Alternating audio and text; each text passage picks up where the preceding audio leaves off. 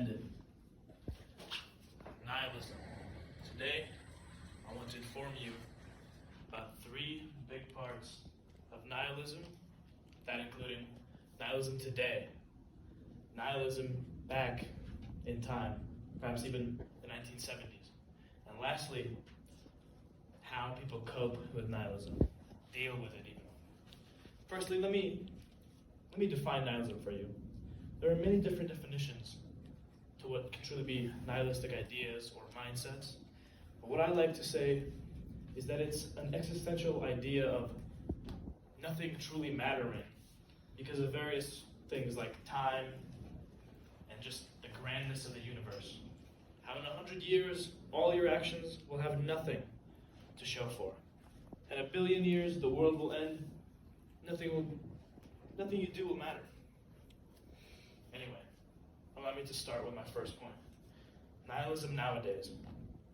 In these last two generations, the Gen Z and the millennials, there's been an uproar in nihilistic ideas both online and just around me. You know, I feel financially, spiritually, and just in what to do with life, children and millennials are lost. Here, I have a quote from an article, but it's more of a depiction, called Nietzsche in the Suburbs by Lars Iver.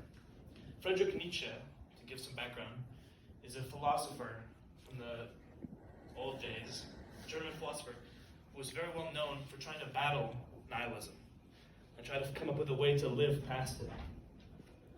Now, this is a rendition of him living in modern times and his ideas. What are we supposed to want? Are we any different from the people we hate? What do we have to do to not be like them in the end?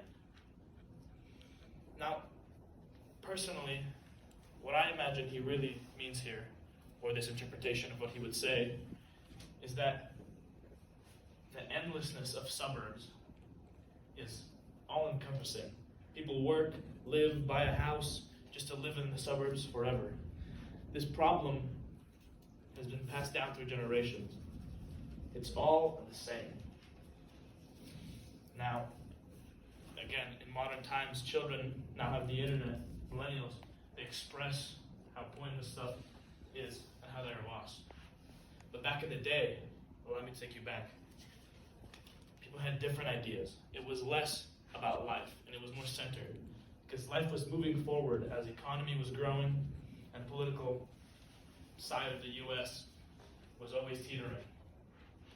I have a quote here from The Change Beyond Nihilism by William V.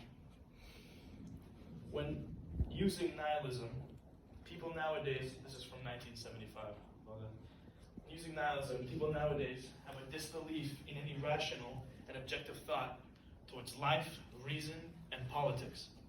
I believe what is being said here, in my own words, is that back in the day, nihilism centered around the idea of not having any power to change where you're from and what your government does to you. Nobody except rare people like Nietzsche really questioned how nihilism works in life and in passion. Now lastly, let me move on to coping methods to this idea that is so grand and yet so meaningless.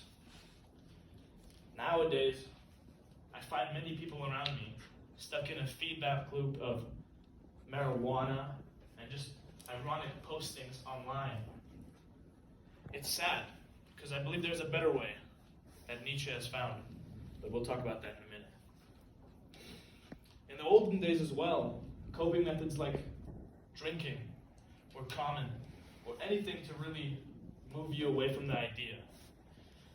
Here, I have a quote, but it's not from an article, and my teacher might not like that, but it's a first-hand experience of what it feels like to live in modern-day nihilism from my own cousin, as he wrote this online to open up. Here I am, a passive nihilist, stuck in thinking, not free in thought, knowing that the only thing that sets me free is drugs. That's very powerful to me, as he was very much addicted.